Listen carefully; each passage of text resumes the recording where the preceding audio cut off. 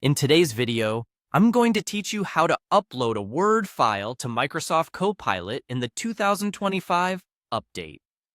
This process is straightforward, and I'll guide you through each step to ensure that you can follow along with ease. So let's get started. First, you'll want to open your preferred web browser. Go to Google by typing in its URL or simply opening a new tab if it's already your default homepage. This might seem a bit basic, but starting from the very beginning ensures that everyone can follow along, regardless of their tech savviness. Next, when you're on the Google homepage, you'll need to type Microsoft Copilot into the search bar.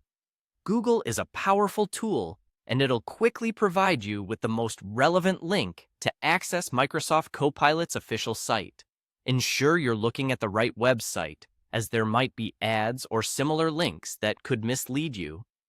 After you've typed that in and hit search, your next step is to click on the official Microsoft Copilot website link.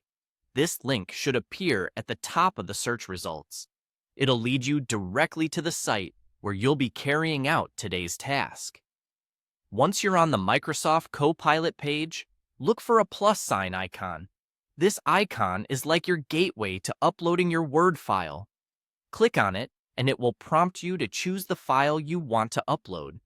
Make sure your file is ready and stored in a place that you can easily access, like your desktop or a specific folder dedicated to such documents. Keeping your files organized will save you a lot of time in scenarios like these. After clicking the plus sign, you might be prompted with some pre-made prompts or options specifically designed for handling Word files. These prompts are incredibly helpful as they streamline the process and give you a direction to follow, especially if you're using Microsoft Copilot for the first time. Choose the prompt that matches your task or simply begin exploring with an open mind if you're experimenting.